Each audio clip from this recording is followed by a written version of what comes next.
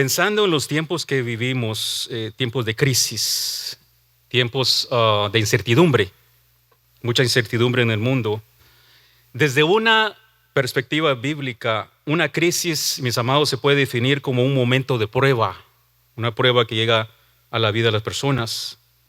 Las pruebas o las crisis nos enseñan de qué estamos hechos o demuestra de qué está hecha la persona, cómo está su carácter, cómo está, si está fuerte espiritualmente hablando o no está tan fuerte.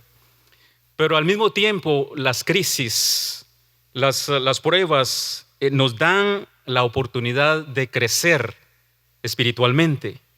Entonces, cuando pasamos por una prueba, por una dificultad, al final del puente, al final de la luz, lo que se espera es que salgamos victoriosos, que salgamos más fuertes de como habíamos entrado.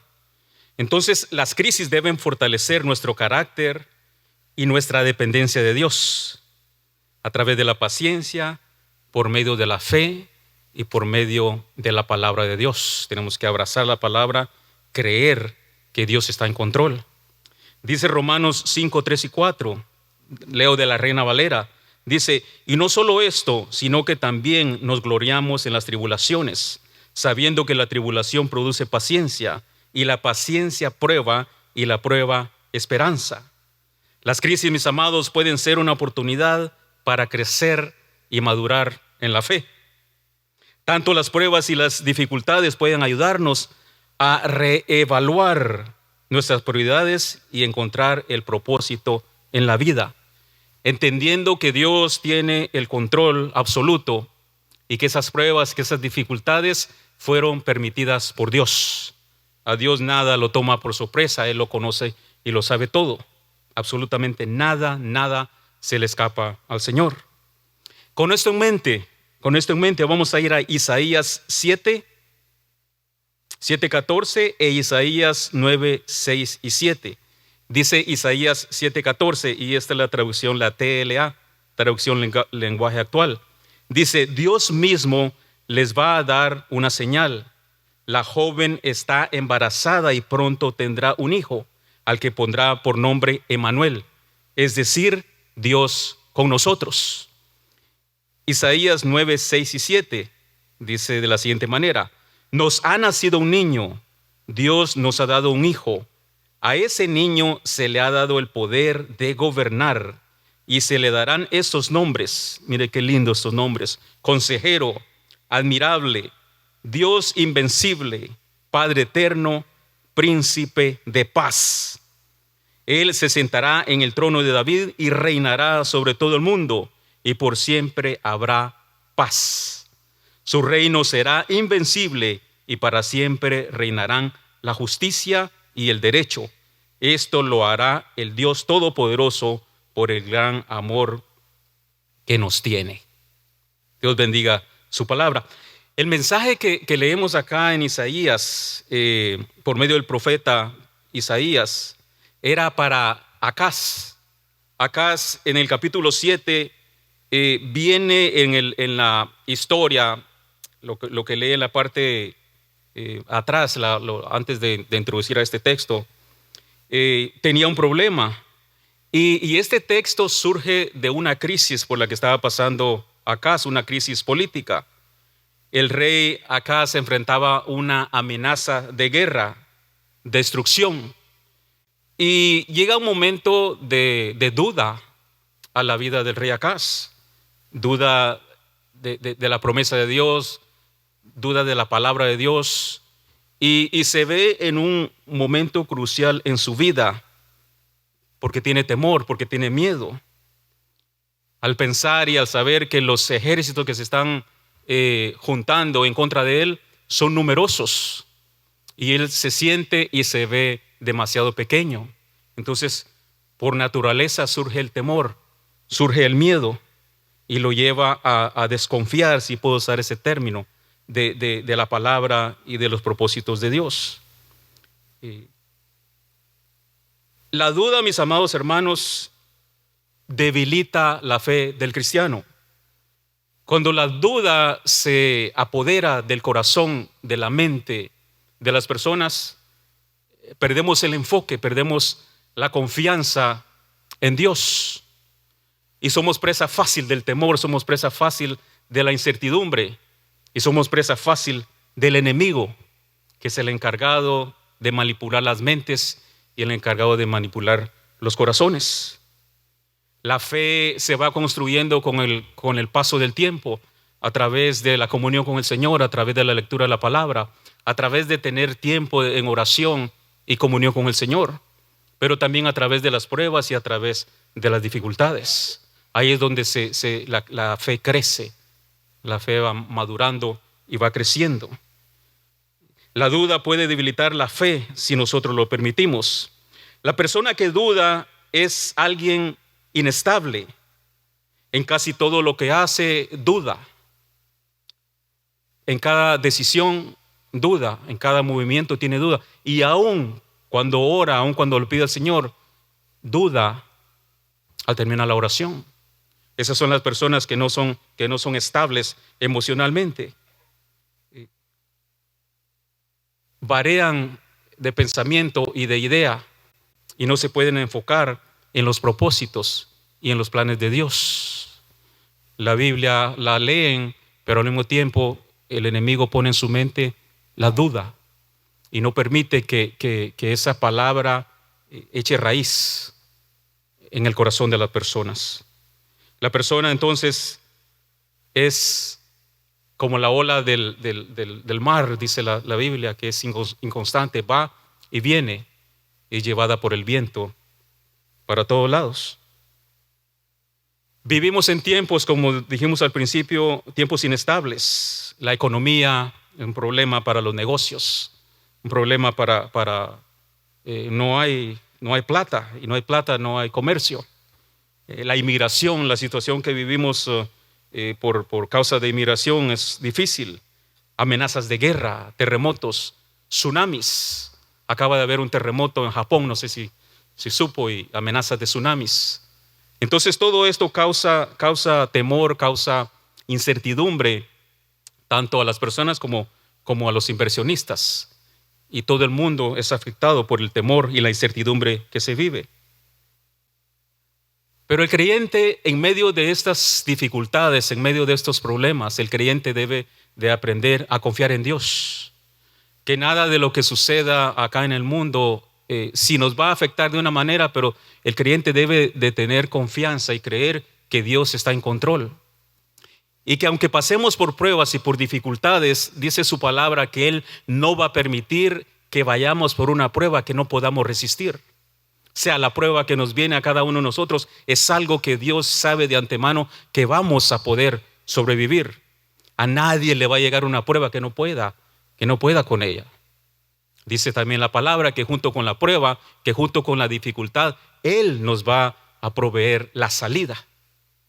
Y la mejor salida es confiar en Dios, confiar en su palabra, tomarnos de Él todos los días de nuestra vida. En tiempos buenos, en tiempos difíciles, nuestra confianza está puesta en Dios. Durante la etapa del COVID-19, que ya pasó hace unos años, yo tuve problemas en ese tiempo. Me salí positivo de COVID-19. En esos días no había medicina, no había vacuna, no había medicamento y había solo incertidumbre, no se sabía qué iba a pasar. Escuchan las noticias y las noticias se encargan de anunciar lo peor y después le dicen buenas noches.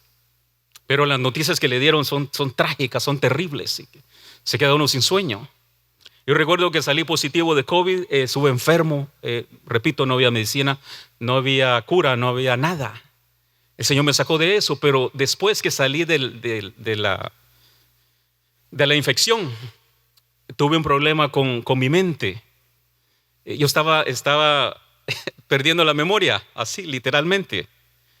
Y pedí permiso en el trabajo, tuve una carta del doctor y estuve en casa unos días después que había pasado desorientado, pero ahí también va de la manita. Y ahorita te digo por qué.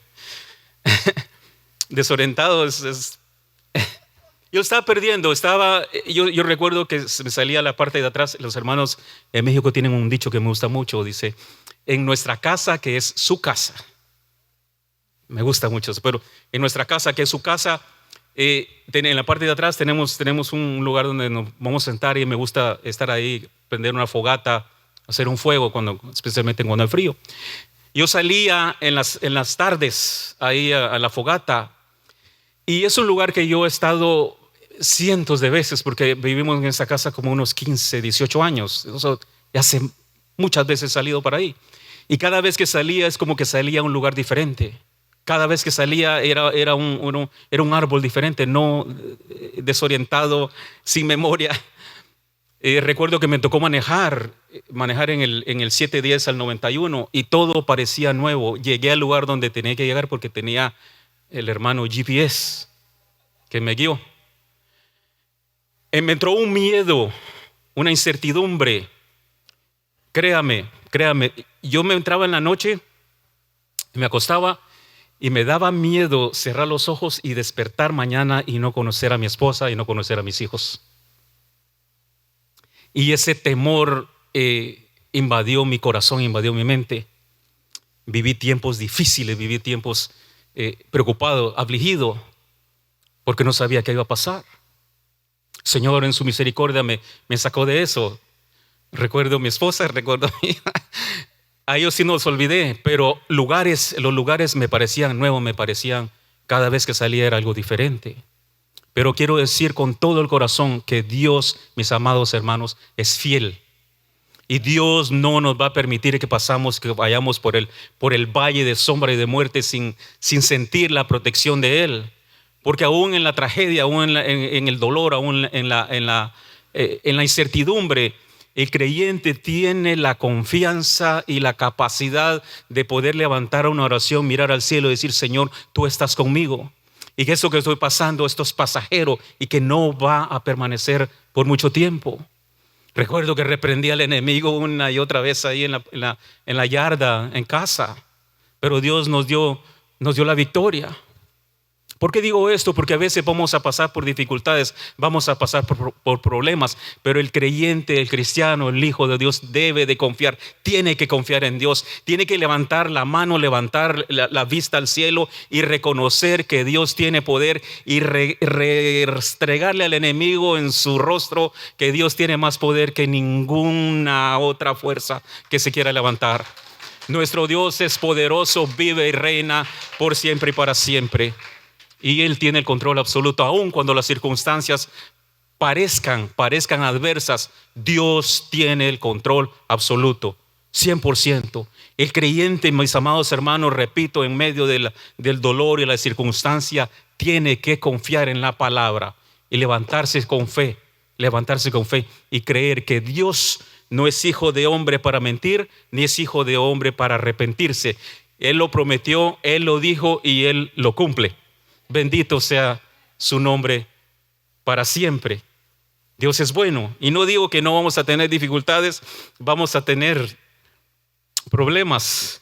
Porque Jesucristo dijo: en este mundo vamos a tener tribulación, vamos a tener problemas, pero nos dio la esperanza, nos dio la promesa de que Él iba a estar con nosotros todos los días de nuestra vida.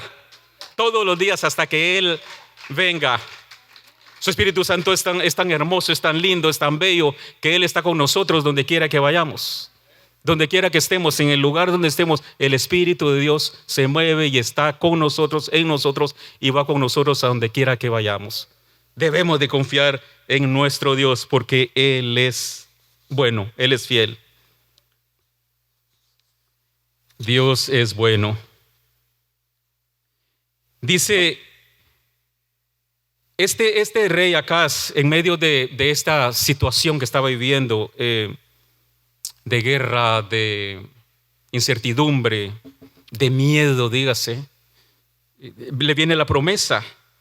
Y la promesa es esta: dice aquí que la Virgen concebirá y dará a luz un hijo y llamará su nombre Emmanuel, Dios con nosotros.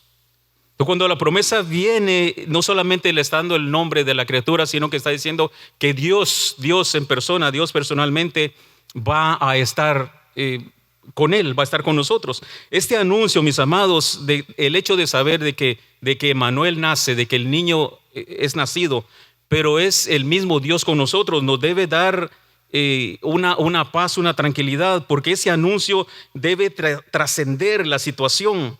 Cualquier situación que estemos viviendo debe trascender eso y debe llenarnos de un estado de confianza, de un estado de esperanza, porque Dios mismo nos ha dado a su Hijo. Esta esperanza, esta promesa nos debe dar tranquilidad. El hecho que Dios haya dado a su Hijo,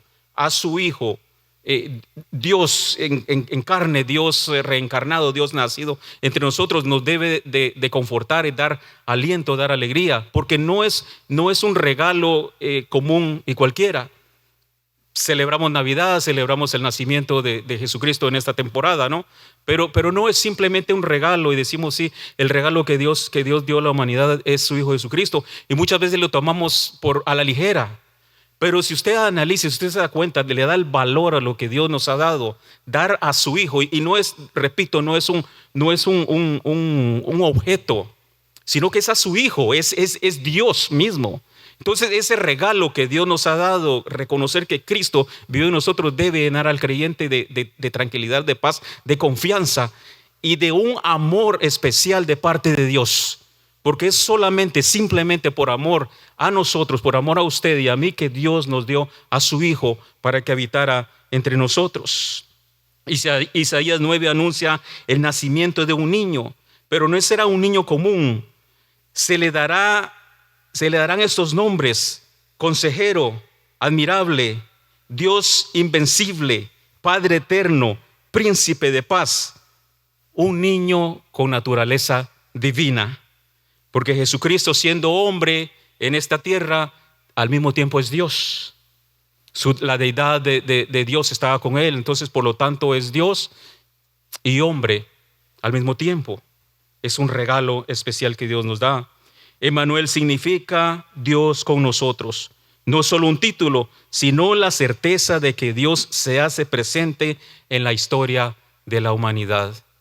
Muchas veces hacemos alarde de cuando un personaje famoso se mezcla en medio de la gente, en medio de la gente regular. Hoy hacemos alarde porque se mezcló entre ellos. Aquí estamos hablando de Dios habitando, Dios tomando forma de persona, de carne, de huesos, como nosotros, para habitar en medio nuestro. No es para menos, es el Hijo de Dios. El Dios invisible, porque dice la Biblia que Dios es invisible y a Él nadie lo puede ver. Pero pensemos por un segundo que este Dios invisible, al que nadie ha podido ver ni puede verle, se hace carne, se hace materia y habita entre nosotros como una persona regular, como una persona normal, con un cuerpo que necesita, con un cuerpo que tiene sed, con un cuerpo que tiene hambre, con un cuerpo que se duele. Habitó entre nosotros como un humano. No puedo decir humano común y corriente porque no somos corrientes, pero un humano como nosotros, una persona como nosotros. Entonces el Dios todopoderoso, el creador de los cielos, el creador del universo, el creador de todo lo que existe, porque todo lo que hay lo hizo Dios de la nada. Él es creador. Él tomó forma de hombre y habitó entre nosotros. No había manera que nosotros tuviéramos comunión con Dios si no fuera a través de Jesucristo. Y fue lo que hizo Dios por nosotros. Me gusta usar un ejemplo, y lo voy a decir con todo respeto, Pero lo que hizo Dios, mis amados hermanos, yo no sé si usted ha visto las personas indigentes, cómo están vestidos, y a veces huelen mal. Pues esa ropa de indigente fue lo que Cristo se puso al venir y vivir entre nosotros, porque se puso este cuerpo que cuando suda huele mal. Necesitamos bañarnos porque no olemos bien. La realeza, el personaje más grande, más importante que jamás ha existido o que existe, se puso traje de hombre para habitar entre nosotros. Entonces él se bajó a lo sumo, a lo mínimo, por amor, mis amados, a nosotros, por amor a usted y por amor a mí. Soportó llevar este cuerpo y soportó el sacrificio, soportó el maltrato, el vituperio, los escupitazos, los golpes, la cruz, los clavos, la corona y todo lo que sufrió en la cruz del Calvario. Lo hizo por amor a usted y por amor a mí, por amor a la humanidad. Entonces, cuando dice la Biblia, Dios se encarnó, se hizo carne y vino y habitó entre nosotros, a veces lo tomamos así a la ligera.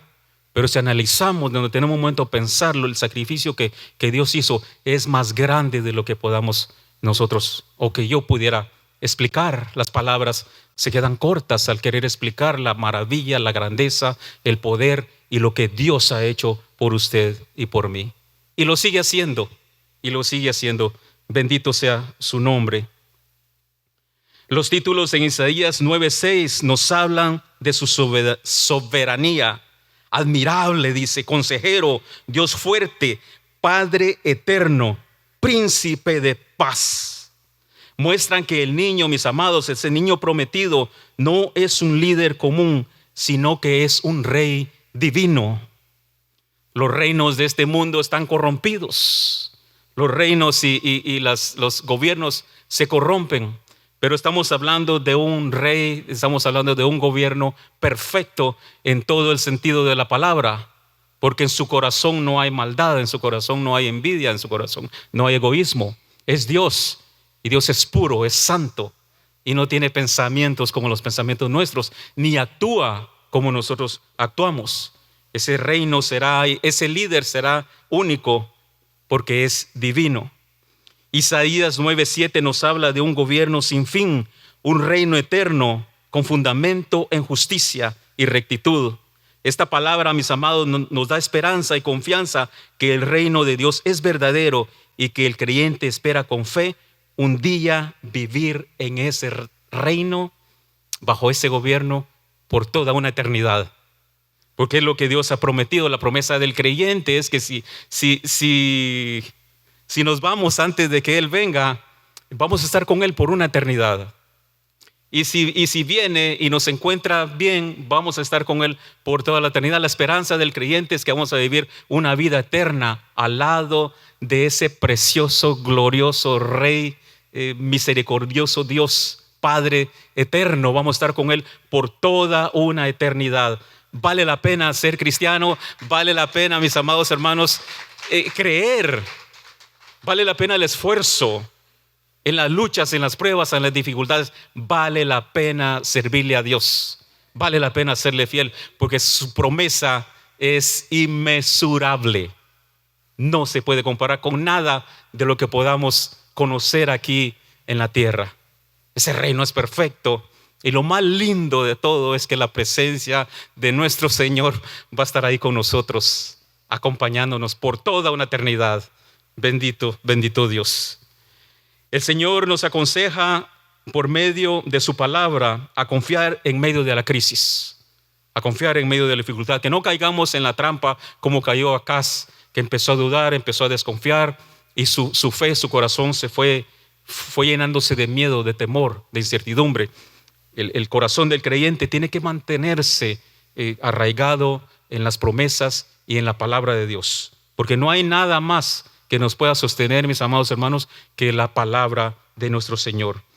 Acaz dudó y nosotros también enfrentaremos temores, pero su palabra nos recuerda que la verdadera seguridad está en su presencia y está en su palabra.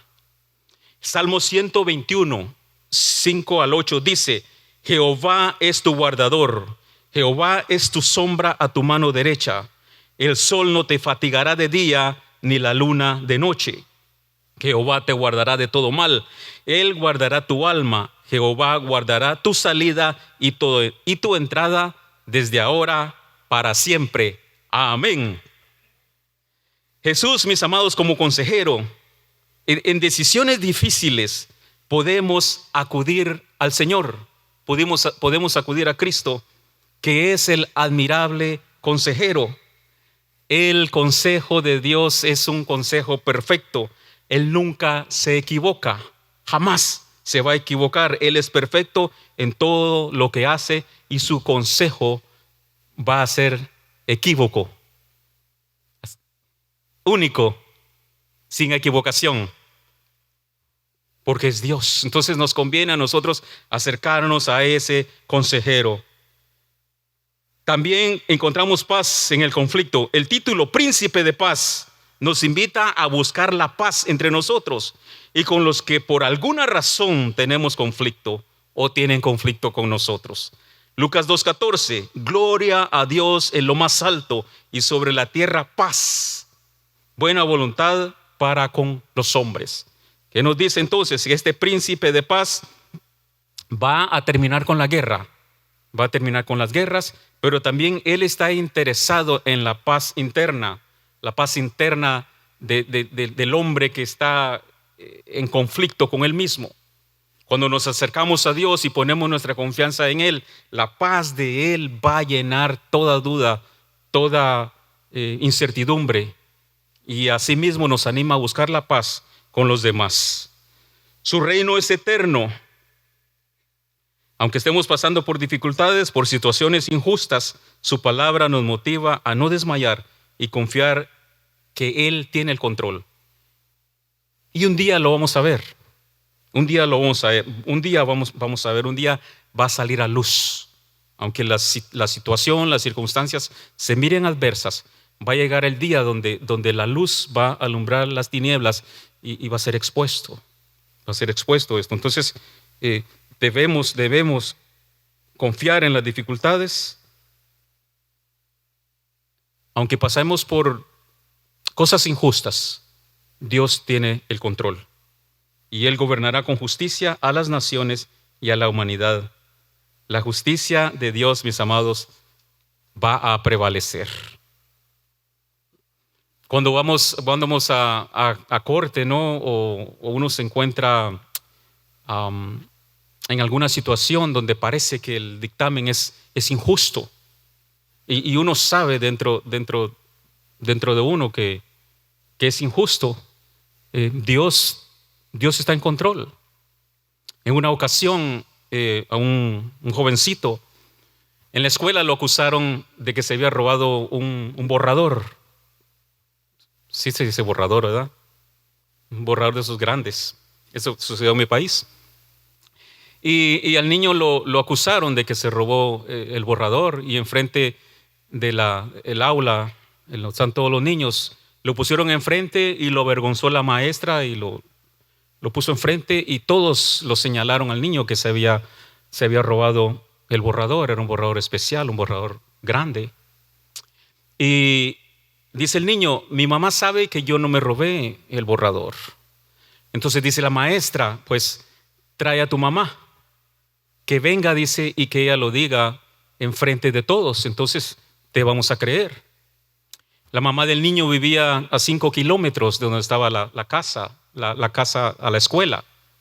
Entonces el niño: yo no voy a obligar a mi mamá a que venga y camine 5 kilómetros solamente por un borrador. En su mente, en su corazón, él no sabía que lo estaban acusando de algo más serio, pero él pensó en su madre. Dijo: no, yo no voy a exponer a mi madre que camine 5 kilómetros por un borrador. Y dice el niño: quédese con el borrador. Cuando él dice quédese con el borrador, es como admitir que él lo había robado. El niño no se dio cuenta de eso. Después se supieron los comentarios y todos están diciendo: oh, el niño se robó el borrador porque admitió delante de los demás. Y dice el niño: no, dice, no es cuánto cuesta el borrador. Dice: yo no quise poner a mamá, dice, que caminara estos 5 kilómetros solo para defenderme. Días después se supo la verdad, y aquella maestra tuvo que pasar enfrente de los alumnos y pedirle disculpas al niño y regresarle su borrador.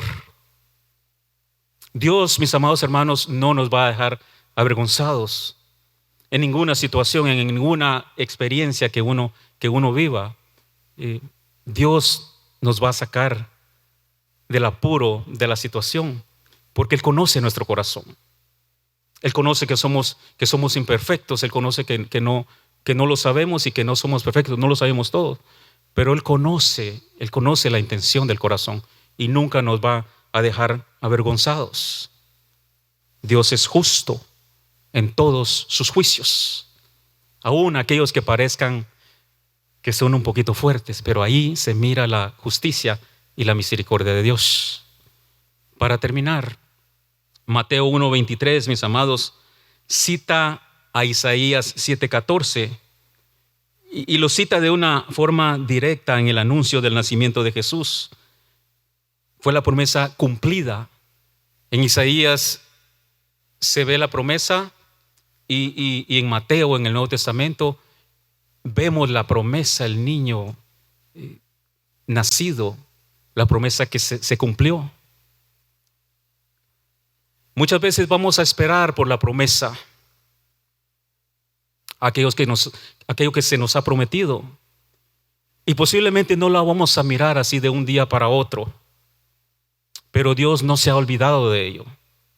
Esa oración por la cual estás pidiendo por mucho tiempo y por mucho tiempo, Dios no se ha olvidado de ella. Un día va a llegar. Un día va a llegar. Debemos de confiar y creer en la palabra de Dios. No desesperarnos. Dios tiene sus tiempos, Dios tiene su tiempo. Y en su tiempo Él lo va a dar. Lucas 2:11 refleja o nos habla de Isaías 9:6.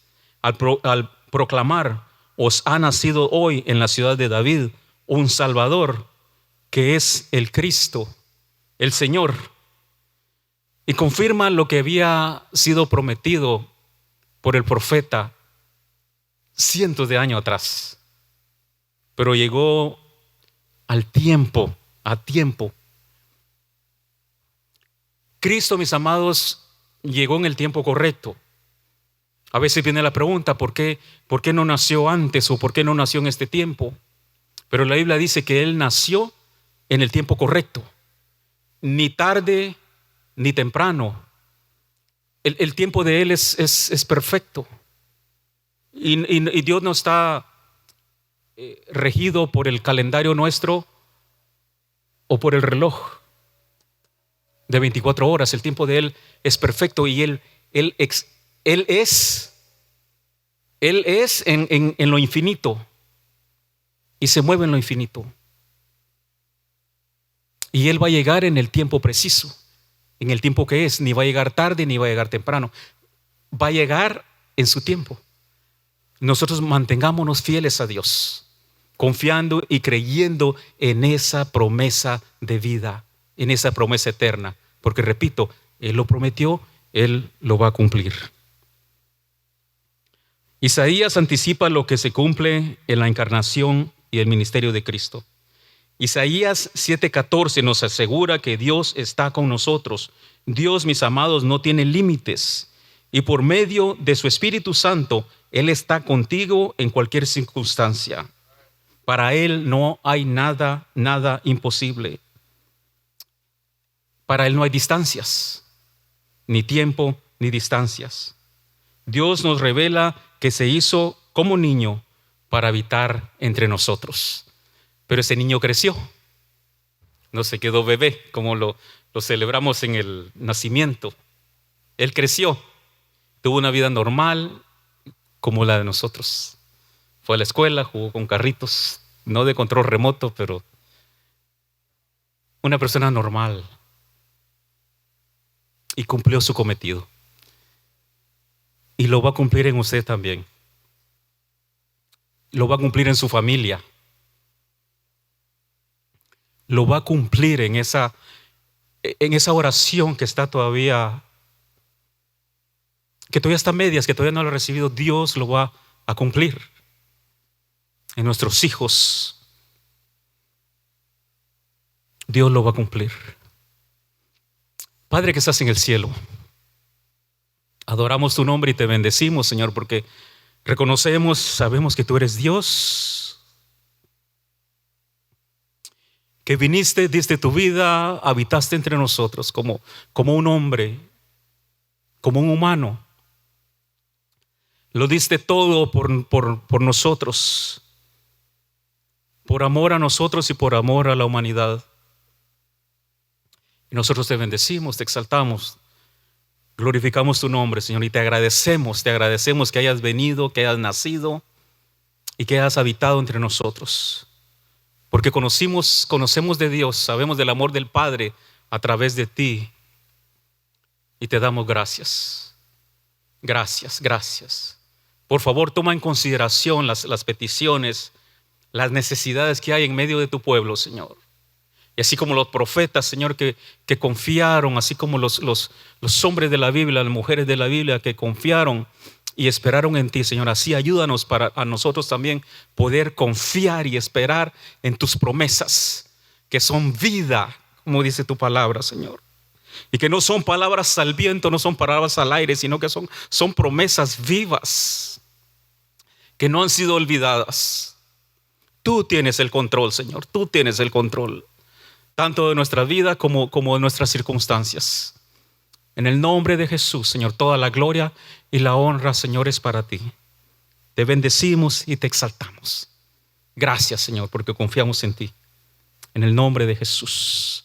Aleluya.